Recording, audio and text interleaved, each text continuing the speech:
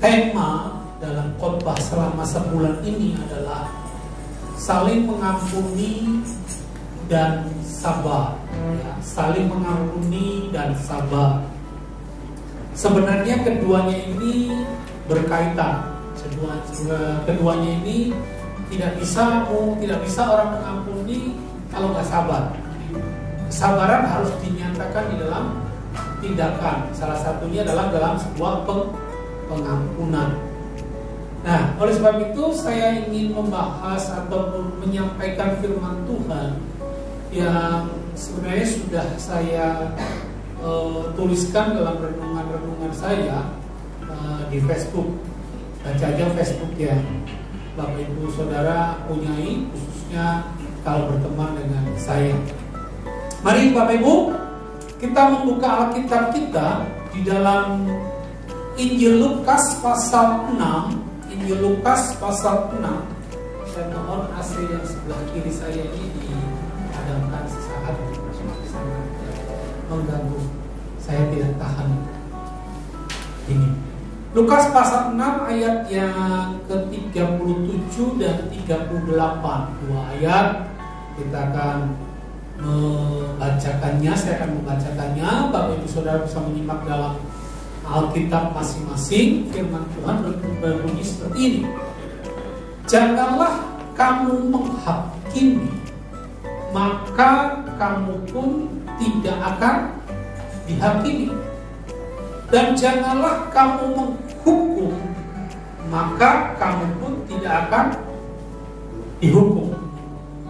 Ampunilah, dan kamu akan diampuni. Berilah, maka kamu akan diberi suatu takaran yang baik, yang dipadatkan, yang diguncangkan, dan yang tumpah keluar, akan dicurahkan ke dalam ripaanmu. Sebab ukuran yang kamu pakai untuk mengukur akan diukurkan kepadamu.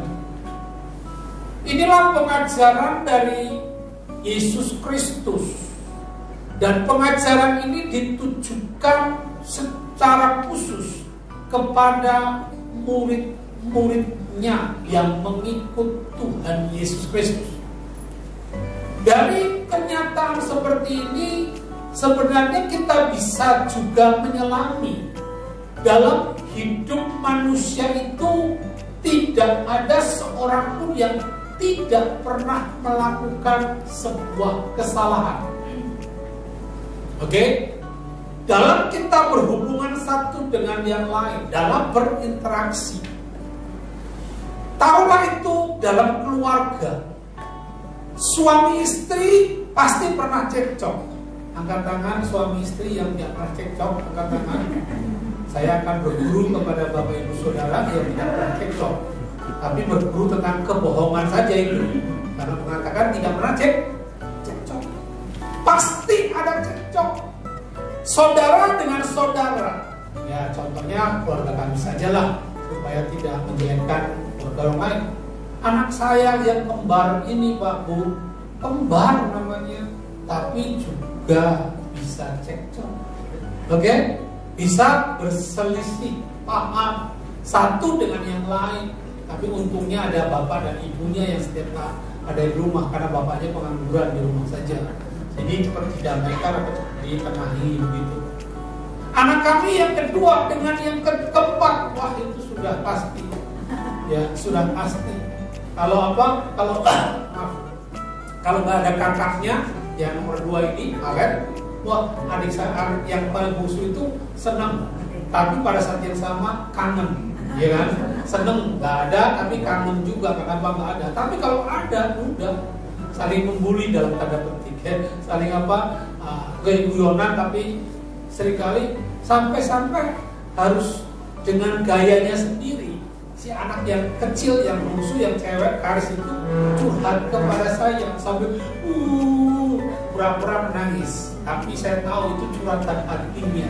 Kenapa? Karena merasa dipersalahkan terus atau dibully terus ataupun segala kekurangannya diungkapkan terus. Ya itu keluarga. Apalagi bergereja seperti ini. Pendeta yang paling susah di gereja Indonesia itu Mas Moro dan Ibu Dewi. Karena apa? Saya mendengar bagaimana seringkali ada satu permasalahan dalam keluarga. Bahkan sampai tingkat tertentu, maafkan saya, tidak menyebut satu orang pun, tidak tertentu ada yang hendak ingin bercerai. Nah, coba bayangkan. Ya itu saya dengar, saya rekam, saya menyebut nama, ini adalah contoh saja. Ya, yang sudah tua pun mau cerai ada nggak? Sudah kakek-kakek nenek mau cerai ngapain? Mau nikah lagi? Nggak laku lagi udah nenek-nenek kecuali saudara kaya. Maka bukan berondong yang akan datang kepada nenek-nenek tua yang sudah cerai.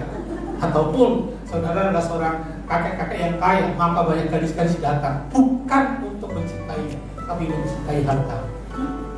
Ya. Jadi ada masalah dari setiap saat dan keluarga. Yang kami yang muda, kami yang pendeta. Saya dan istri saya ada dong perceraian. Gak ada perceraian. Persoalan ada. Membesarkan anak pun ada. Ya itu papa itu kalau membela Theo, gitu kan? Theo, mama ini kalau ngomongin Theo pasti, gitu sama aja. Ya, nggak tahu Mas Moro.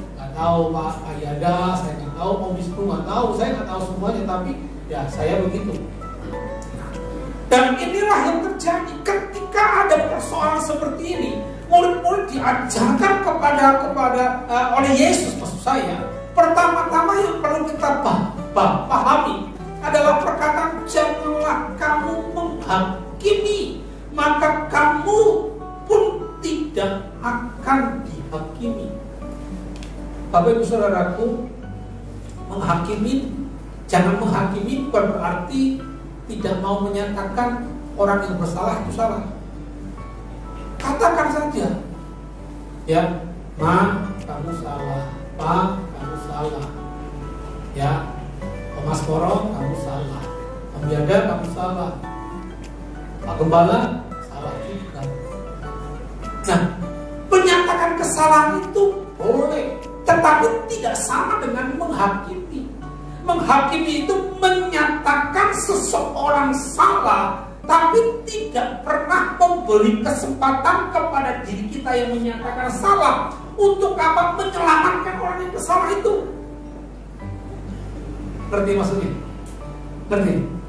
Salah lu, udah dibiarin aja. Malah doain supaya udahlah, kamu pasti tidak selamat. Enggak, menghakimi itu adalah seperti itu, menyatakan kesalahan dan mengharapkan supaya tidak selamat. Oke? Orang yang bersalah biar tetap tinggal dalam kesalahannya, tidak diberi kesempatan untuk apa? Bangkit dari kesalahannya.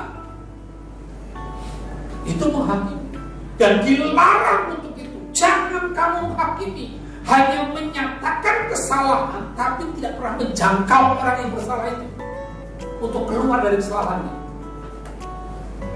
Oke?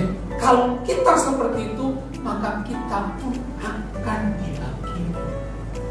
Siapa yang menghakimi? Allah sendiri. Penghakiman manusia sebatas di dunia ini. Penghakiman manusia sebatas penjara. Kalaupun penjara yang paling hebat adalah penjara seumur hidup. Oke? Ya kan? Apapun yang paling hebat, penjara dihukum mati. Tetapi itu sebatas umur ini. Tapi kalau dihakimi oleh Allah, itu sifatnya kekal. Tindakan kita yang tidak mau menyelamatkan orang yang bersalah dengan hanya menyatakan salah itu menghakimi, akibatnya bukan hanya orang itu tidak diselamatkan, saudara pun tidak diselamatkan. Halo, ini yang menjadi soal seperti ini. Saudara pun tidak diselamatkan. Kalau orang yang bersalah mungkin tidak diselamatkan dan kehidupan sekarang ini dihukum mati umpamanya.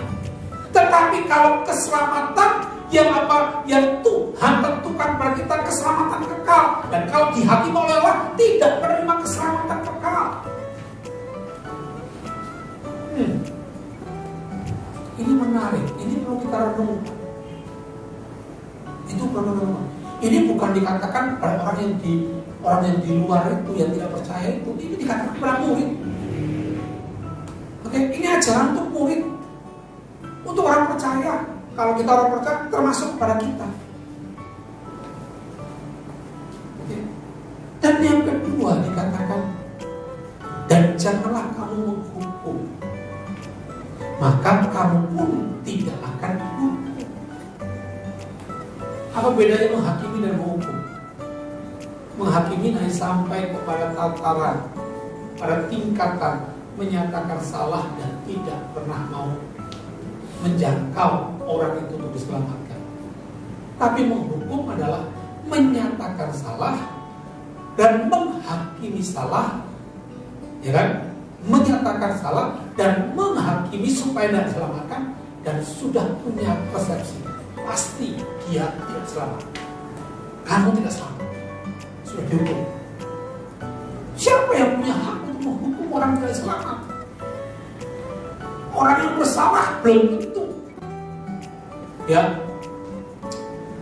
ada 2 orang datang ke gereja, tanda petik gerejanya, gereja masa lalu, gereja di Israel pada abad pertama. Gak ada gereja sebenarnya, rumah ibadah.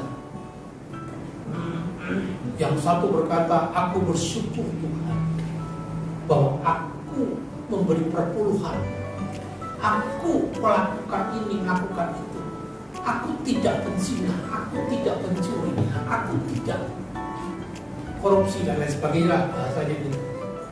Dan aku tidak sama dengan pemungut cukai, orang berdosa.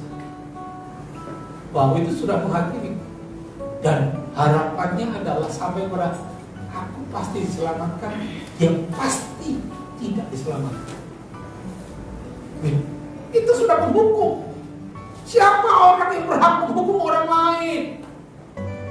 Dan kemudian dikatakan selanjutnya, salah orang yang pemungut cukai itu berdiri jauh-jauh sambil berkata, kasihanilah aku orang berdosa ini. Maka Alkitab mengatakan yang satu tidak diselamatkan, yang satu dibenarkan, yang satu tidak dibenarkan, yang satu dibenarkan. Yang menghukum orang lain pasti tidak akan diselamatkan. Ini bukan bicara tentang hakim ya. Ini bukan bicara tentang hakim ya. Nanti kalau ada profesi yang hakim, ada yang aku fakultas hukum. Ya kok, ya kan, bukan masalah kamu menghukum itu, bukan. Tapi inilah hukuman kekal. Siapakah kita ini? Tidak bisa.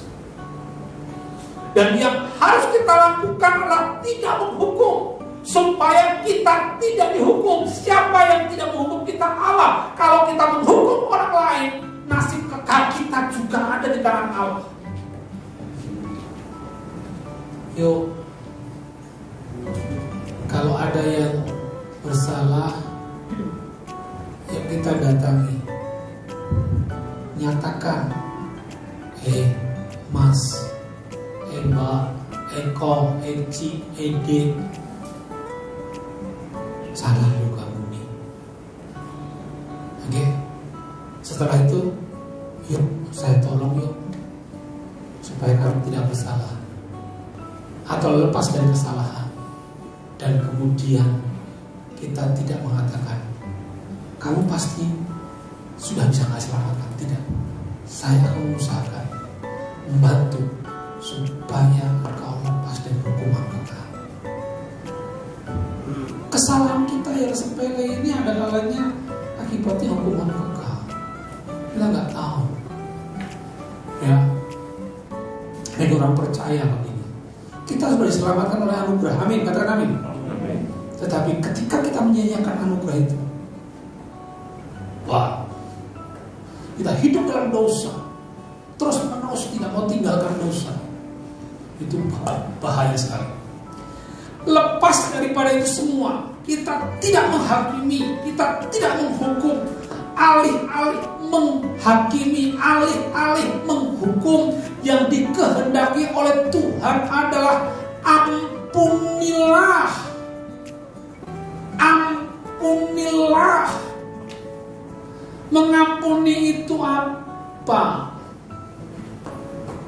Ya, ada yang sudah membaca renungan saya hari ini? Sudah ya? Siapa itu? Apri. Siapa lagi?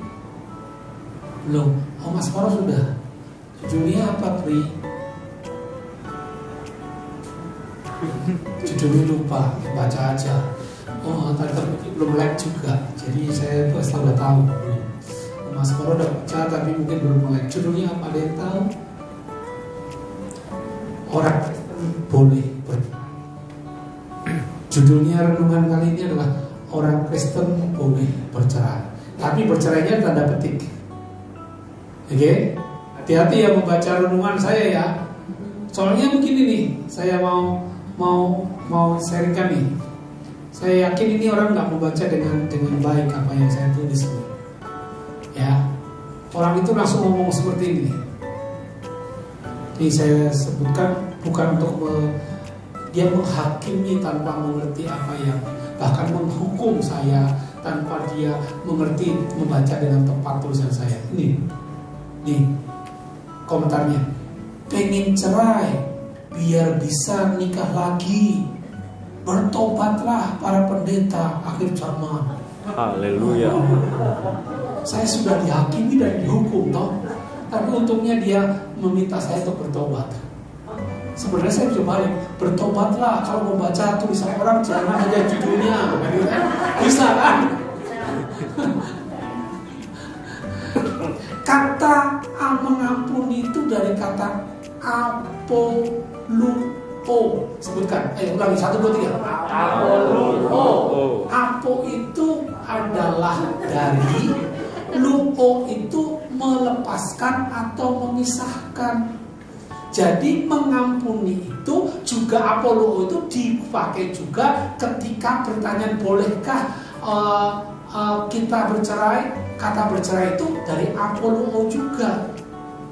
Oke, dalam konteks mengampuni juga memakai kata apoluo. Kalau perceraian pasangan suami istri, saya katakan tidak boleh. Oke, itu tulisan saya. Tetapi bercerai dari dendam, bercerai dari pembalasan itu harus. Jelas. Awas komentar lagi. Kepala saya bolehkah saya cerai? Dong. Itu dulu.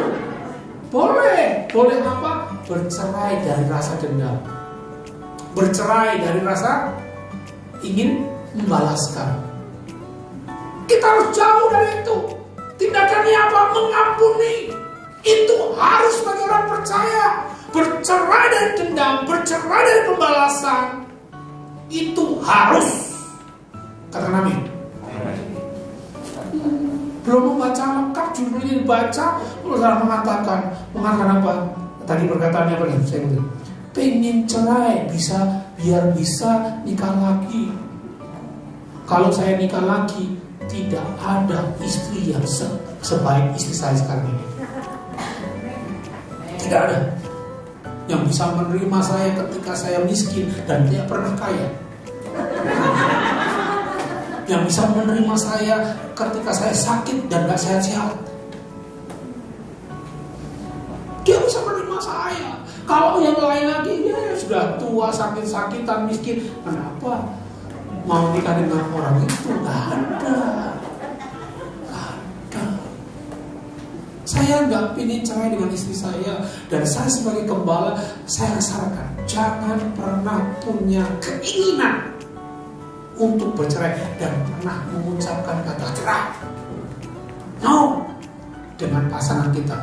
Tapi ucapkanlah cerai dengan rasa dendam, cerai dengan rasa ingin membalaskan.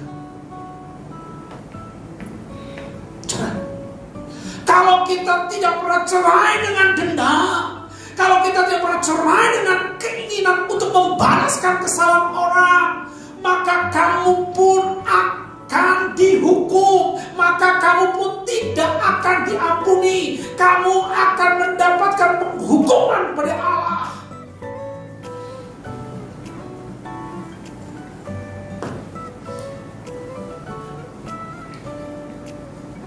Saya ingin kita membaca salah satu dari doa Bapa kami, Matius pasal 6. Matius pasal 6 ayat 12. Firman Tuhan mengatakan, dan ampunilah kami akan kesalahan kami. Perhatikan kalimat selanjutnya, seperti kami juga mengampuni orang yang bersalah kepada kami. Pengampunan Allah itu seperti ketika kita mengampuni orang yang bersalah kepada kita. Kalau kita mengampuni, Allah juga mengampuni. Ingat perumpamaan tentang pengampunan. Satu saat Petrus bertanya kepada Yesus, Guru, berapa kali aku harus mengampuni orang yang bersalah, orang yang berdosa terhadap aku? 7 kali kah? Ini Lutan Banjar, Lutan Kalimantan Selatan. Kah? 7 kali kah? Kenapa 7 kali? Tradisi Yahudi mengatakan 7 kali itu satu yang angka yang sempurna. Udah lengkap itu. Tapi ketika Yesus itu mendengar pertanyaan dari muridnya, dia berkata, bukan 7 kali, tetapi 70 kali 7 kali. Sama dengan berapa? 70 kali 7 kali sama dengan 490 kali. Tapi saya selalu menerjemahkan 70 kali 7 kali itu artinya always. Always itu apa? Oke. Always. Ways. All itu seluruhnya, ways itu jalan. Seluruh jalan. Jalan siapa? Hidup kita. Always. Oke? Hati-hati kata always itu. Seluruh jalan. Jalan siapa? Jalan hidup kita. Tidak ada satu detik pun dalam kehidupan kita ini kita jalani tanpa sebuah pengampunan. Kalau masih menyimpan dendam, kalau masih menyimpan keinginan membalasan, kalau masih menyimpan kepahitan hati karena orang bersalah kepadamu, hati-hati. Hatimu hijau, empedumu naik,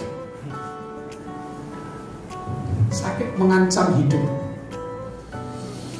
Saya mau katakan, ketika saya sakit kanker ini, oke, itu sedang dalam keadaan kepahitan yang sangat luar biasa sebelumnya, sangat pahit. Kanker tumbuh di wajah, sangat. Oke, kepahitan juga dengan persoalan gereja. Tanggal 11 Januari saya pergi ke Palembang. Dari Palembang langsung ke Batu Raja, naik kendaraan. Itu penuh dengan kepahitan. Oke, tanggal 11 Januari pulang. tanggal 18 saya masih ada di Indramayu, Alkelis, Januari 2015. Tapi itu masih ada kepahitan. 19 Januari itu sudah menuduhkan cancel saya. Sebelum Januari itu 2015, sebenarnya dari 2013 itu saya sudah menyimpan satu kepahitan yang luar biasa. Karena apa? Orang yang membuat hidup saya menderita. Bahkan bukan saya, tapi keluarga saya juga. Itu luarnya mengakibatkan penderitaan keluarga saya. Itu luar biasa sekali. Pahit, empedu naik, hati hijau. Kalau digambar hati kita merah, nah, itu hijau dalam artian sudah pahit. Biasanya hijau kan pahit kan gambarannya kan. Dan di usus itu rasanya tumbuh cepat, sakit, menjadi lubang, langsung melubangi usus saya. Yang lainnya kok nggak ada tanda-tandanya, tapi kok cepat sekali jadi lubang gitu. Udah masuk stadium 3B, kok nggak 1 dulu, 2 dulu, sudah itu ada tahapannya, tapi ditumbuhkan, dipercepat dengan kebaikan. Dan oleh sebab itu Yesus mengajarkan always 70 kali 7 kali selalu seluruh jalan hidup kita harus ada pengampunan. Ada orang yang berhutang 10.000 talenta. Dia adalah orang yang ingin membayarkan, melunaskan hutangnya, tetapi tidak mungkin akan bisa dibayarkan hutang 10.000 talenta. Seringkali berapa kali tempat ini saya katakan 10.000 talenta itu, 1 talenta itu adalah 6.000 dinar. 10.000 talenta berarti 600 juta dinar. Seorang yang hamba itu bekerja 1 hari adalah 1 dinar. Bagaimana melunaskan uang 600 juta dinar? Kerjanya berapa? 600 juta hari. 1 tahun berapa? 360 5 masa itu perhitungan Masehi. Hitungan orang Arab sama dengan orang Yahudi. Kurang lebih hanya 360 hari sabatnya nggak boleh kerja, 52 tinggal 380 6 juta bagi 308 sama dengan berapa tahun? Saya sudah tahu, sudah berapa kali saya hitung dan saya tambahkan kan. Ya lihat aja kalkulator saudara. Itu siapa itu? Virgin mulai ketik kalkulator berapa ini? Nggak usah diketik-ketik. 194.805, sekian tahun. Oke, kerja 184.000 tahun. Dari zaman Yesus sampai sekarang pengkhotbah mengatakan 2000 tahun. Belum lunas baru 2000 tahun. Sudah mati duluan dia. Umur orang yang terpanjang adalah Metusalah. Berapa? 969, nggak sampai 1000. Nah ini 194.000 tahun kapan lunas? Tetapi Tuhan, Raja itu atau Tuhan itu menganggap lunas, menghapuskan hutang-hutangnya. Bukan hanya hutangnya, bahkan akibat daripada hutang. Anak istrinya harus diperbudak juga dihapuskan. Bukan hanya hutangnya, akibat hutangnya pun dilunaskan. Ketika dia keluar, ketemu rekan sama-sama hamba yang berhutang kepada dirinya 100 dinar, kurang lebih adalah 3,5 bulan selesai dilunasi. Oke, saya berhutang dari bank, ditawarkan uang 7,5 juta, saya mau beli bit. Nah, saya tanya kepada Om Wisnu, ada bitnya? Ada. Om Wisnu-nya keluar dari kerjaan, nggak bisa lagi.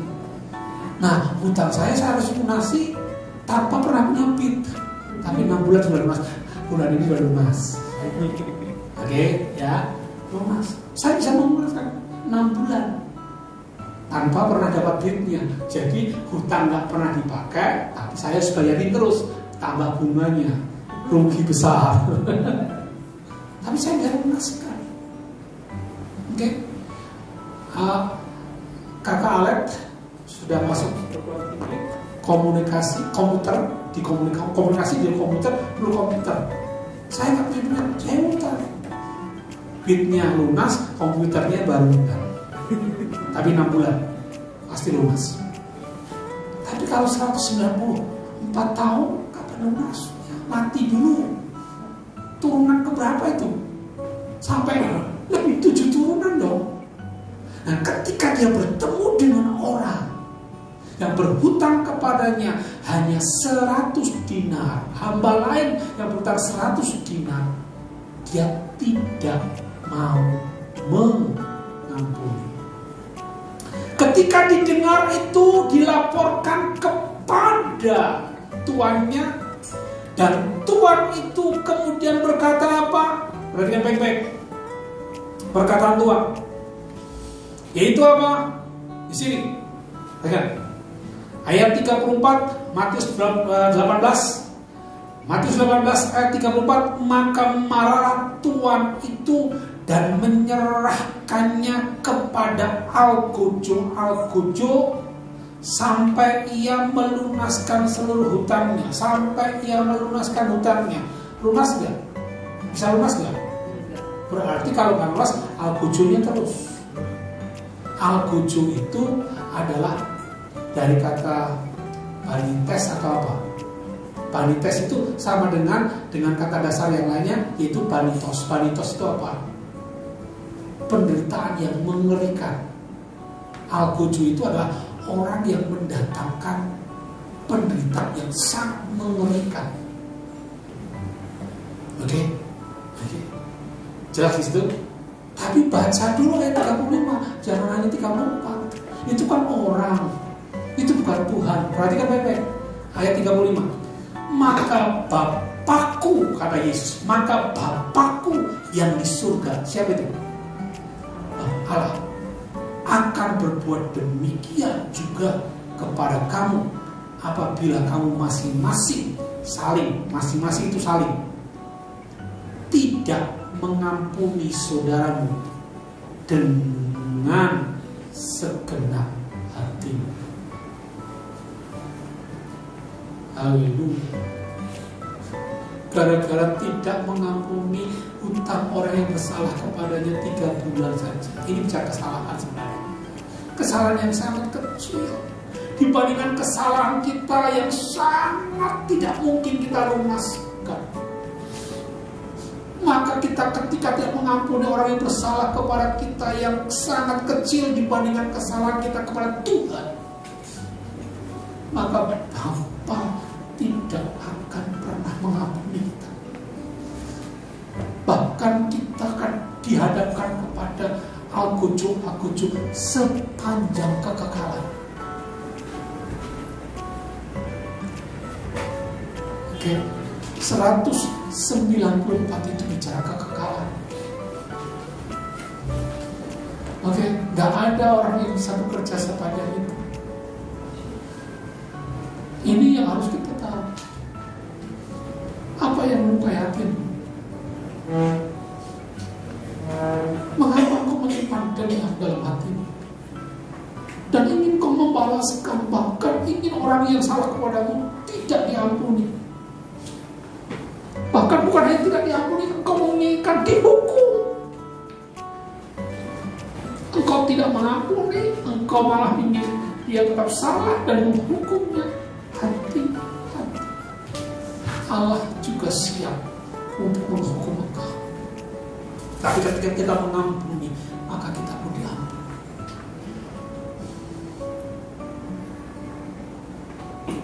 Adakah istrimu bersalah dan kau menendangnya? Adakah suamimu sudah mengabaikan engkau dan kau menendangnya? Adakah anak-anakmu sudah melukai batinmu yang sangat-sangat tulus mengasihi mereka. Adakah orang tuamu mengabaikan engkau, menelantarkan engkau dan tidak peduli terhadap engkau?